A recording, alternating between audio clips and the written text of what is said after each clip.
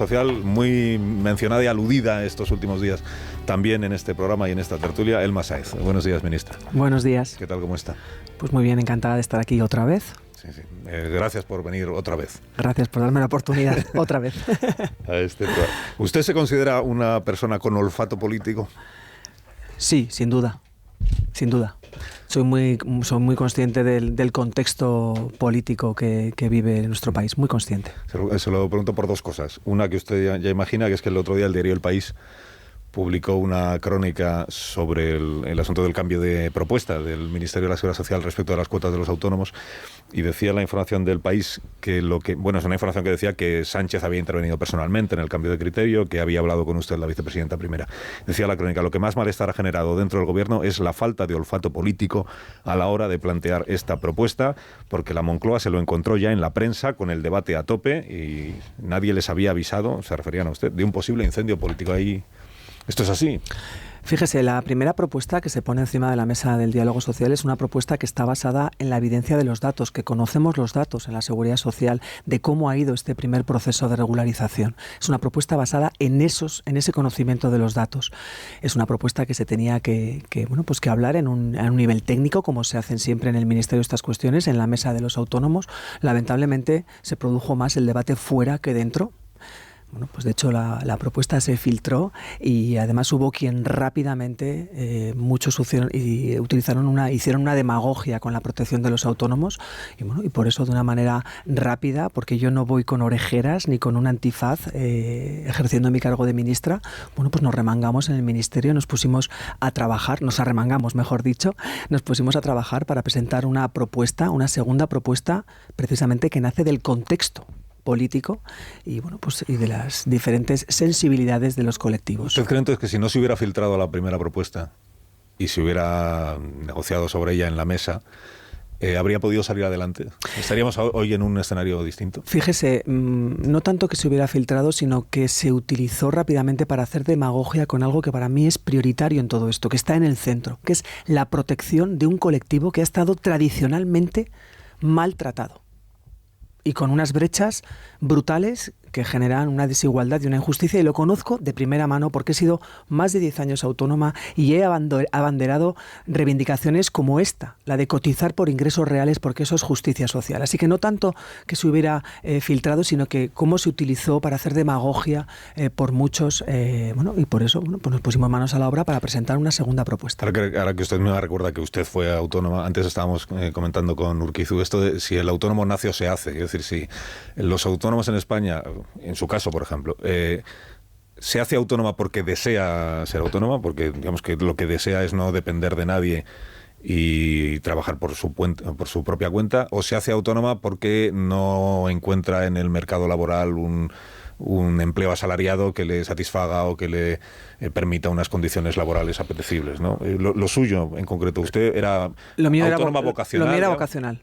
Lo mío era vocacional. ¿Y por qué prefería ser autónoma a ser asalariada? Bueno, pues porque yo puse en marcha mi propia empresa y tal y como está configurada la regulación, pues depende del porcentaje que tengas en una sociedad limitada, tienes que estar encuadrada en un régimen general, asalariada, o en un régimen de autónoma. Y en ese caso, yo tenía una vocación de emprender, de montar mi propio negocio, de ejercer la abogacía y de lanzarme a montar una empresa, desde luego la mejor decisión de mi vida. Y en mi caso la decisión fue voluntaria, pero era muy consciente que lo que yo pagara a la seguridad social, que mi cuota de la seguridad social era directamente mi protección. Y con 25 años puedo ser madre, puedo tener un accidente, también miraba hacia un futuro, hacia una jubilación, y fui muy consciente, y por eso decidí no cotizar por lo mínimo, porque además tenía esa información, dado también por mi conocimiento de que precisamente me dedicaba al mundo de la fiscalidad y de lo laboral, y era tan consciente que tomé esa decisión voluntariamente. O sea, la empresa que montó la ministra, que entonces era una consultoría fiscal. Eso es, fiscal, tributaria y también laboral. Hoy aconsejaría usted a los autónomos que nos están escuchando que incrementaran su cuota, aunque no estén obligados a ello, o sea, que superaran la cuota mínima que les corresponde por el tramo en el que están, si pueden, si se lo pueden permitir. Por coherencia, hace más de 20 años reivindicaba que se cotizara por ingresos reales. Eso es lo que se consiguió, con 260 votos a favor en 2022.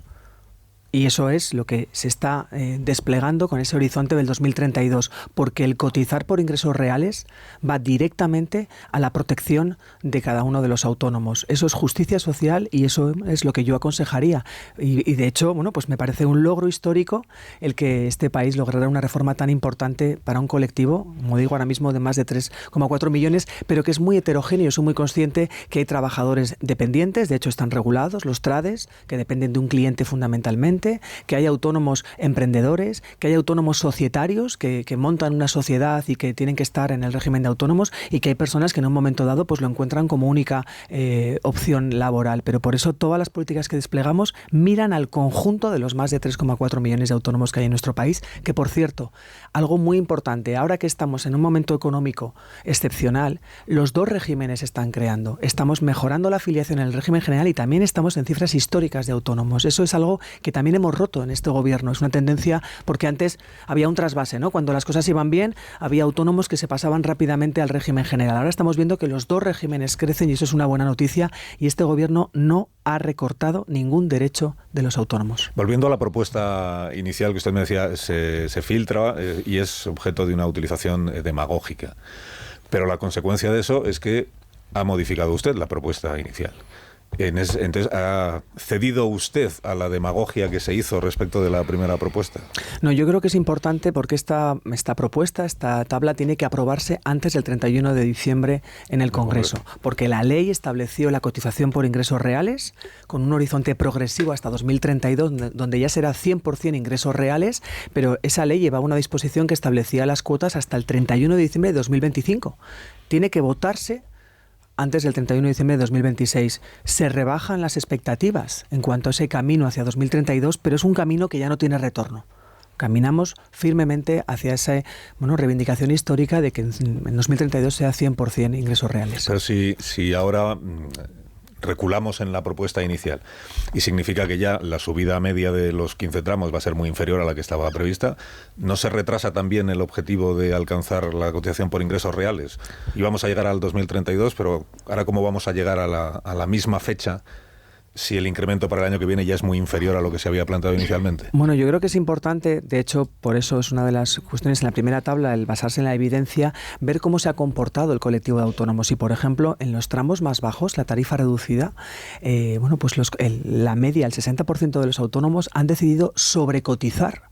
Podían haber pagado 200 euros de cuota al mes y han pagado 300 euros, porque han visto que esa sobrecotización es su protección hacia futuro y han querido que ese remanente quedara en su protección hacia futuro. Por eso este sistema establece flexibilidad. Y eso es posible, el que se decida, estar por encima, porque uno es consciente de lo que le puede, de que... Pero siendo todo eso así, lo que no entiendo es por qué rectifica usted o cambia o modifica la propuesta, ¿por qué la retira? Si tramos más bajos, que son los que han sido más objeto de polémica, creo, los tres tramos más bajos en los que el gobierno, la nueva propuesta es la congelación, y anteriormente era una subida, que por lo que usted está diciendo, si el 60% de los autónomos en esos tramos ya por su propia voluntad habían incrementado su cuota por encima de la mínima que les corresponde, ¿qué problema hay en mantener la propuesta inicial? Bueno, porque tiene que votarse. Y de lo que, en un ámbito privado, que es la mesa del diálogo social, pues evidentemente hay unas declaraciones públicas. De hecho, yo misma contacto con los diferentes representantes de las asociaciones de autónomos, y de esas interacciones sale esa segunda propuesta, porque tiene que votarse, precisamente porque esa segunda propuesta nace del contexto. Y es evidente que es una responsabilidad el sacar adelante los acuerdos, pero insisto, aunque se rebajen las expectativas y se hable de una cuota en 2026, que es la propuesta que hay encima de la mesa, el camino hacia el 2032 es un camino que vamos a seguir haciéndolo, desde luego con contundencia. ¿Y esta nueva propuesta tiene ya el acuerdo suficiente como para salir adelante en el Congreso de los Diputados o tampoco? Bueno, es el momento ahora mismo de las asociaciones de autónomos, llegará también el momento de los grupos políticos, pero es el momento ahora, de ese debate y ese análisis junto con otras propuestas, por cierto, también en la mesa del trabajo, del diálogo autónomo. Porque de la modificación de la propuesta, he de decir que a mí lo que más me ha llamado la atención no es que se congele los tres tramos más bajos, que eso, visto el debate que se había generado sobre los autónomos que tienen menos ingresos y que son los que más dificultades tienen para asumir la cuota y el resto de los gastos, es bastante comprensible. Se congelan los primeros tramos y fuera. Me llama más la atención la reducción muy notable que se ha hecho de la propuesta respecto de los tramos más elevados. El tramo más elevado, que son por encima de 6.000 euros mensuales, que la propuesta inicial era la subida de casi un 35%, creo recordar, de la cuota, al final se queda en un 2,5%, sin que tampoco entre los autónomos que cobran más de 6.000 euros o ingresan más de 6.000 euros se haya recogido un gran malestar, ¿no? Bueno, pero fíjese, es una propuesta que recoge una progresividad, sabe que va con una subida desde el 1 hasta el 2,5%, pero fíjese lo que está pasando en este país, unos rendimientos netos limpios, un salario limpio al mes de 3.000 euros. Los autónomos ya saben que tienen rendimientos, más bien que salario. Con una cotización, eligiendo una cotización mínima, si tiene que enfrentarse a un desempleo, a un paro de los autónomos, cobraría 670 euros al mes. Si un autónomo, este mismo que tiene unos rendimientos limpios al mes de 3.000 euros y cotiza por lo mínimo, tiene un hijo, cobraría una prestación de paternidad o de maternidad de 1.000 euros al mes. Eso es de lo que estamos hablando con esa distorsión entre la cotización por ingresos reales o elegir una protección mínima. Hablamos en todo momento el lenguaje de la protección de un colectivo que para mí es prioritario. Pero entonces usted asume, ministra, que no consigue convencer a la opinión pública de que el incremento de las cotizaciones y de las cuotas en realidad va en beneficio de quienes pagan esas cuotas. Porque si no, no se habría producido este rechazo social, consecuencia del cual ha tenido usted que modificar la propuesta. Bueno, pero fíjese, es que esto es ley. Es que esto es una ley que contó con 260 votos a favor en el Congreso de los Diputados, entre los cuales estaba también el Partido Popular y también los partidos que hoy conforman Sumar. Y esa ley establecía un horizonte progresivo hasta 2032. Estamos desarrollando y cumpliendo la ley. Y evidentemente yo soy optimista porque vamos a trabajar y me voy a dejar la piel para sacar adelante esa propuesta de cuotas para 2026, pero que hay muchísimas otras cosas encima de la mesa y vamos a seguir caminando en ese horizonte del 2032. Porque a día de hoy los autónomos son deficitarios para la Seguridad Social. Bueno, lo que es deficitaria es la protección de los autónomos. Y le acabo de poner ese ejemplo porque está pasando en este país que después de toda la vida trabajando, un trabajador autónomo llega a la jubilación y cobra 650 euros menos al mes en relación a un trabajador asalariado. Eso es un déficit de protección que evidentemente la herramienta para corregir esas brechas es las cotizaciones. Se lo pregunto porque estoy viendo ahora que yo no estoy en redes, pero me pasan cosas. Me refiero a que me las hacen llegar. Que se están produciendo comparaciones en redes entre cuánto cotiza un asalariado y cuánto cotiza un autónomo.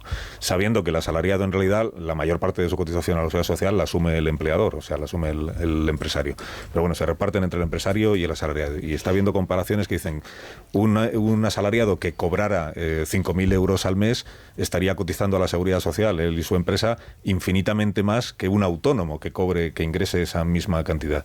En la comparación, digamos, quien aparece como menos favorable para el sostenimiento de la Seguridad Social es el autónomo, porque como solo cotiza él y no tiene un empresario, un empleador que cotice una parte por él, al final está aportando menos a la Seguridad Social que el asalariado que tiene los mismos o menores ingresos, ¿no?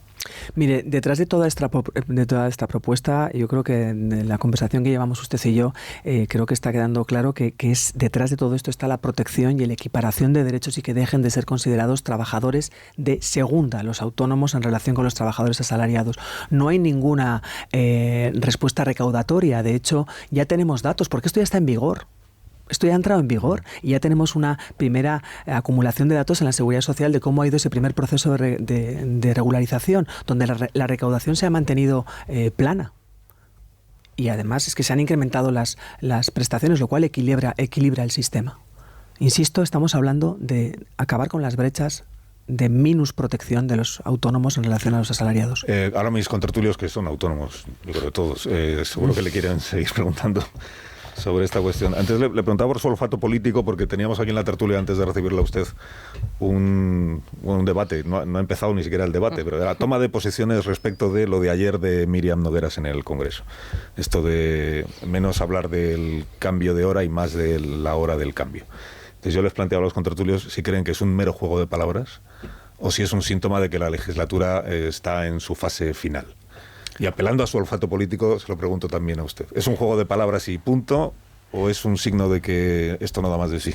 Bueno, yo creo que se sabe la ciudadanía que los grupos políticos, bueno, pues aprovechan las sesiones de control y bueno, pues sus momentos de comparecencia, evidentemente, bueno, pues para hacer política y lanzar sus mensajes cada uno a su parroquia, ¿no? Pero más que olfato político le voy a contar lo que está pasando este mes, de lo que ha pasado este mes de octubre en el Congreso, y es que, por ejemplo, y el pasado mes de septiembre ha salido adelante con muchas luces verdes en el panel de las votaciones de Junts y también del Partido Popular, por ejemplo, la equiparación de permisos de paternidad y maternidad y ampliación a las 19 semanas intransferibles pagados al 100% por la Seguridad Social. Eso también pasa en el Congreso de los Diputados, se logran importantes acuerdos para seguir avanzando en derechos, que es el horizonte que tiene este gobierno, y quizás eso, bueno, pues pase más por debajo del radar en lo que tiene que ver con, bueno, pues con la noticia y la actualidad, ¿no? Pero eso es lo que está pasando. Estamos trabajando por el acuerdo todos los días y se producen votaciones que, bueno, pues que sacan adelante derechos, reivindicaciones o hacer frente a desafíos que no son pocos los que tenemos que hacer frente. Lo que no salen adelante son los presupuestos, ¿no? Bueno, como saben, estamos trabajando y internamente para todos los cauces. La propia vicepresidenta Montero ya ha dicho que en las próximas fechas, bueno, pues tiene que seguir con los trámites. El Consejo de Política Fiscal y Financiera tiene que hablar. Lleva tantas fechas diciendo en las próximas fechas. Bueno, pero fíjese, a mí me gusta a veces conjugar el gerundio, ¿no? Estamos trabajando para sacar adelante unos presupuestos, para presentar un proyecto que lo vamos a hacer, pero a la vez ese gerundio me sirve para decir que estamos dando respuesta con diferentes iniciativas legislativas o la forma que tengan para dar respuesta al contexto internacional, al contexto nacional y a todos los desafíos que hacemos. Eso es lo que está haciendo este gobierno. Siempre que sale este tema de los presupuestos y alguien del gobierno dice, estamos trabajando en ello, yo siempre han tenido todo el año para trabajar los presupuestos y presentarlos cuando toca, que es en el mes de septiembre. Bueno, los vamos a presentar y también será el momento de que las diferentes, porque vamos a presentar unos buenos presupuestos que recojan muchísimas de los diferentes planteamientos de todos los grupos políticos, y estoy convencida que ahora también será el momento de la responsabilidad. Yo entiendo que se le pregunte al gobierno, pero también cada uno tiene su trabajo que hacer, y estaría bien que, bueno, pues que la oposición, en este caso me refiero al Partido Popular, hiciera una oposición responsable, no tanto emponzoñando debates y mintiendo, por ejemplo, con este tema de los autónomos.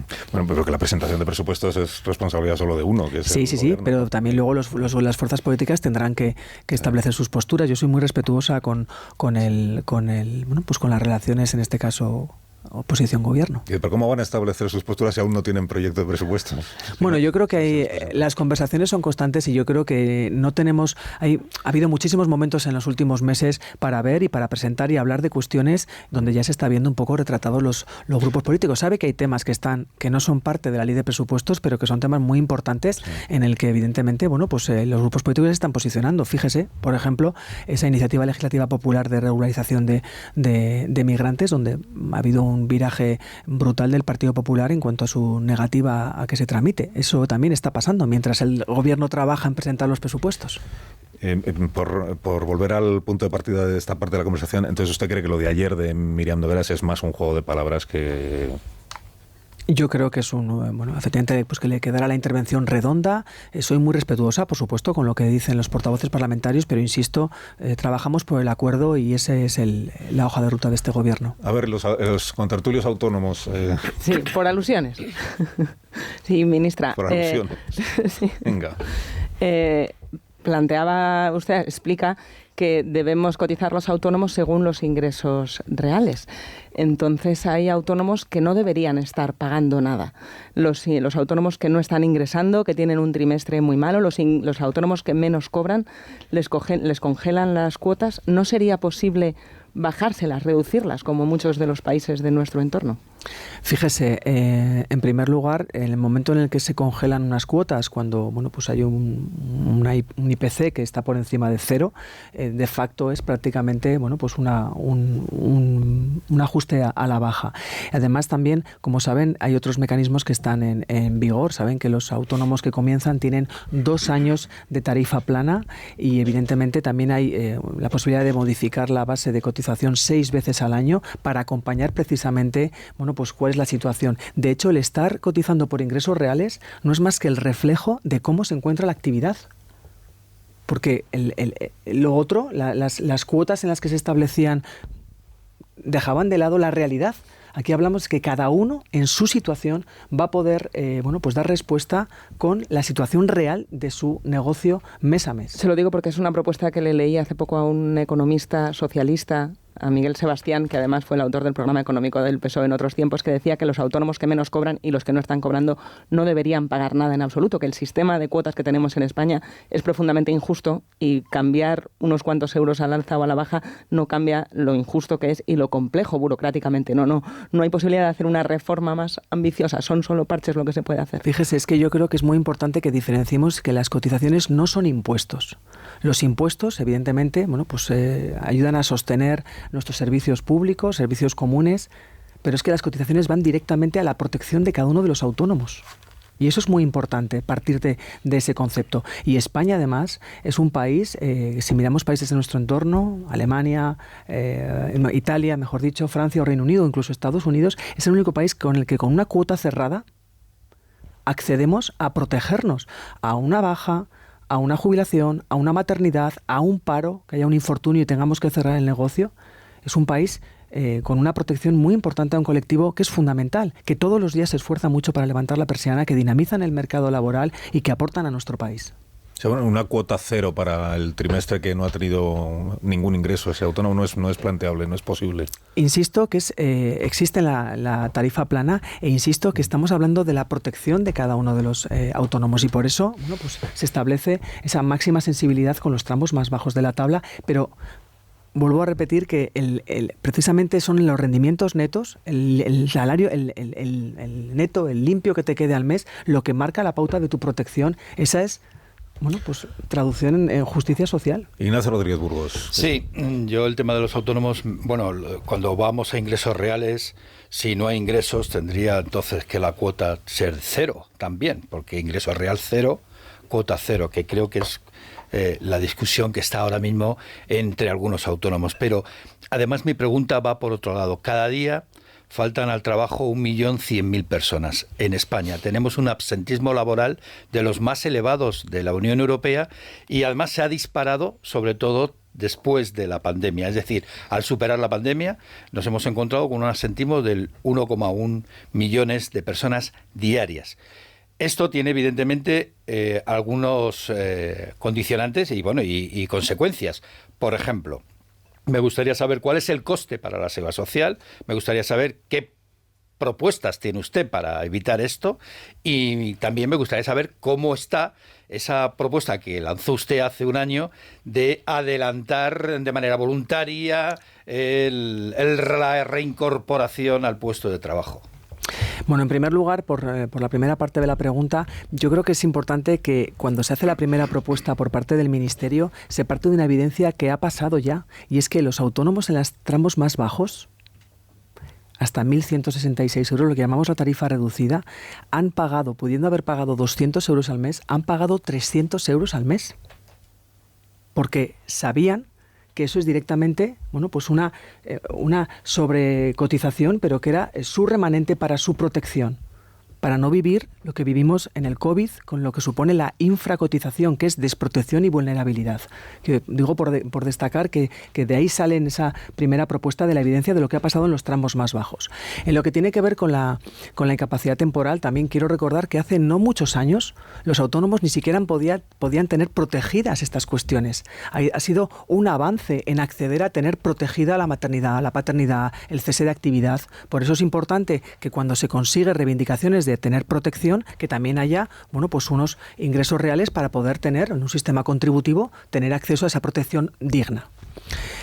Saben que la cartera de la Seguridad Social es una cartera delicada, porque hablamos de cuestiones como la incapacidad temporal, estamos hablando de pensiones, hemos hablado de autónomos, que hacen que estemos ahora mismo planteando la Seguridad Social más moderna de la historia, acompañando a nuestra esperanza de vida, a cómo trabajamos, a dónde trabajamos. Y soy muy consciente que son cuestiones que suscitan debates duros. Y yo, desde luego, entre el ruido y la responsabilidad, asumo la responsabilidad de poner encima de la mesa y de analizar estas cuestiones.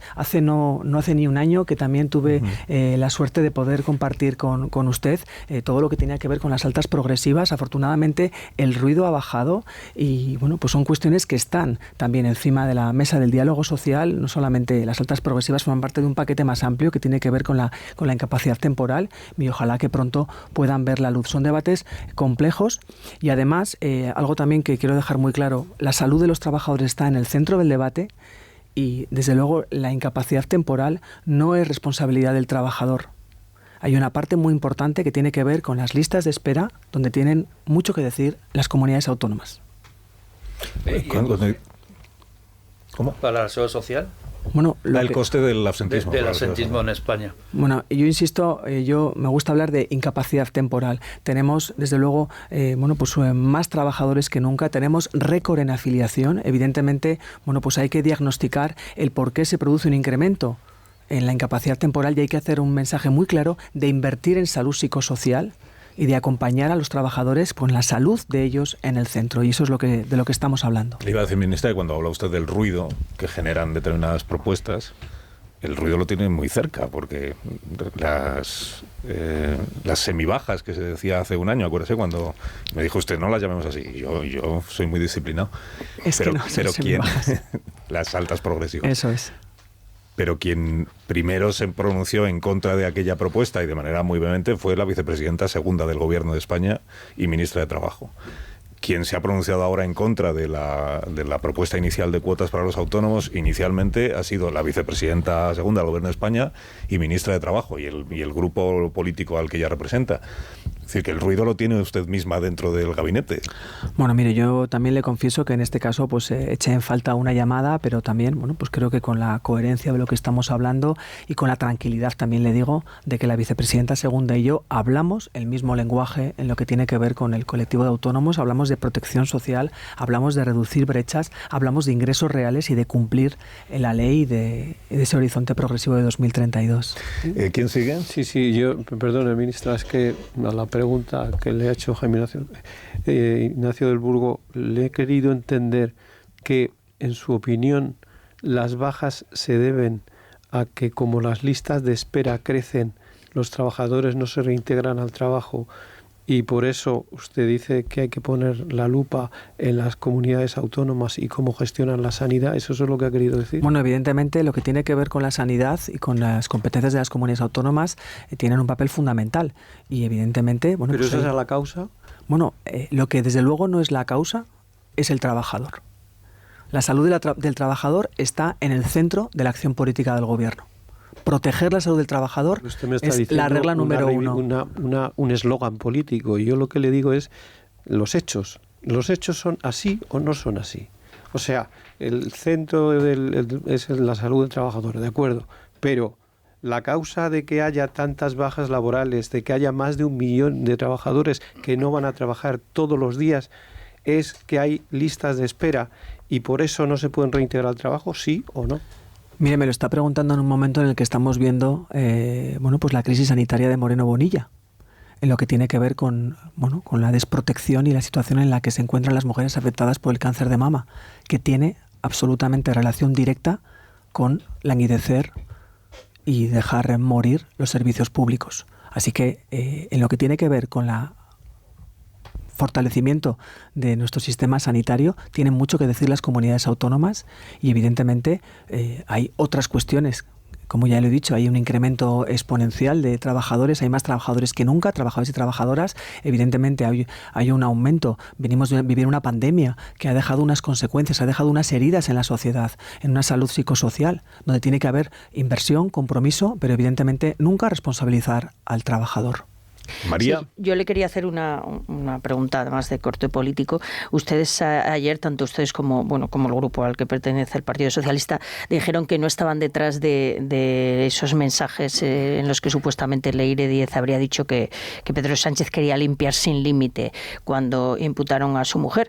Pero ayer Page les dio un consejo, o por lo menos él dijo lo que haría, que es ir al juzgado a denunciarlo. En ningún momento momento a una persona que toma en vano el nombre del presidente del gobierno a la hora de ofrecer unos sobornos, ¿ustedes se han planteado ir a los tribunales? Mire, yo lo que le puedo decir es que esta persona no tiene nada que ver con el Partido Socialista y mucho menos con el gobierno, y desde luego pues el Partido Socialista tiene cientos de miles de afiliados, y desde luego nada que ver ni con el gobierno ni con el Partido Socialista, así que pues que los procedimientos y las investigaciones, y yo máximo respeto a la labor judicial en esta cuestión. Nada que ver ahora. Pero cuando estaba en lo que estaba, era militante del Partido Socialista. Bueno, como comprenderá, hay cientos de miles de afiliados del Partido Socialista que, por cierto, defienden en cada rincón de España unas políticas que intentan mejorar la vida de la ciudadanía. Máximo respeto al conjunto de afiliados y afiliadas del Partido Socialista, pero bueno, pues esta persona no tiene nada que ver, y mucho menos tampoco con el gobierno. Sí, pero no se plantean denunciarla.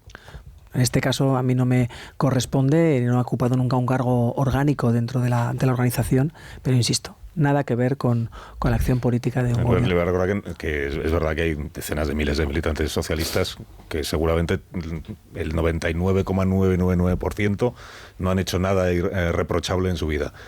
Pero es que no todos ellos iban a despachar con Santos Cerdán a la sede de Ferraz, acompañados del señor Pere Dolcet, y para enseñarle audios y vídeos que pudieran incriminar a determinadas personas, ¿no?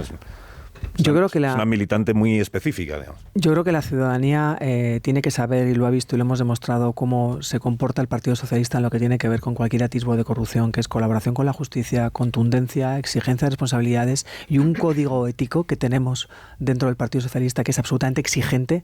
Ya me gustaría a mí que la misma respuesta que ha dado el Partido Socialista la tuvieran otras fuerzas políticas, que antes de que se les llenara la boca, pues harían bien en taparse. A todos los miembros de la dirección del Partido Socialista que pasan por esta mesa, que tampoco son muchos, les voy a decir, menos de los que yo quisiera, pero les pregunto lo mismo, que es si ellos han cobrado gastos de representación en efectivo del partido, si es una práctica común o es reservada a unos pocos. Mire, pues yo en mi caso no, porque nunca he presentado una liquidación de gastos, pero también yo creo que es muy importante que diferenciemos lo que son liquidar gastos, por ejemplo, de protocolo ante cualquier pues viaje internacional, o donde pueda haber un anticipo de caja justificado, contrafactura, que luego tiene todos los visos de la intervención. Eso no es dinero negro. Yo creo que hay que diferenciar y hacer también esa palabra que, como sabe, me gusta tanto, Carlos, que es la pedagogía, ¿no? Y en este sentido, pues yo no, porque no se ha dado el caso que haya presentado ninguna liquidación de gastos, en este caso al Partido Socialista. Es que todos a los que pregunto me dicen que no. O sea, de momento en la lista solo tengo apuntados que sí han cobrado Ábalos, Koldo, y el presidente Sánchez, que dijo que seguramente alguna vez pasó algún gasto, pero que no era su costumbre.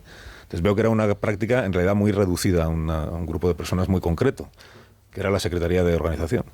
Insisto que en diferentes empresas, yo además, que como ya hemos hablado antes, que me he dedicado al asesoramiento, el tener una liquidación de gastos o un anticipo de caja para hacer cualquier tipo de, sobre todo gastos relacionados con el protocolo o con la representación, es algo normal que no tenemos que confundir con la irregularidad o con el dinero negro, y yo creo que está clara la diferenciación. Y en este caso saben que no hay financiación irregular del Partido Socialista. Y no podría haberla habido sin conocimiento de la ejecutiva del Partido Socialista. Es que no la hay, ¿sabe? Les he dicho que el sometimiento a los diferentes controles por parte de la organización es absolutamente minuciosa y exquisita. Esa es nuestra manera de presentarnos ante la sociedad. La última pregunta es de Carmen Morodo. Sí, como miembro de un gobierno socialista, yo quería saber qué piensa usted, cómo valoraría, cómo calificaría las informaciones que estamos conociendo de cómo desde el núcleo duro de ese Partido Socialista, estamos hablando de Ábalos, de Koldo, pues de todos ellos, la relación que mantenían con las mujeres amantes, mujeres prostituidas y demás.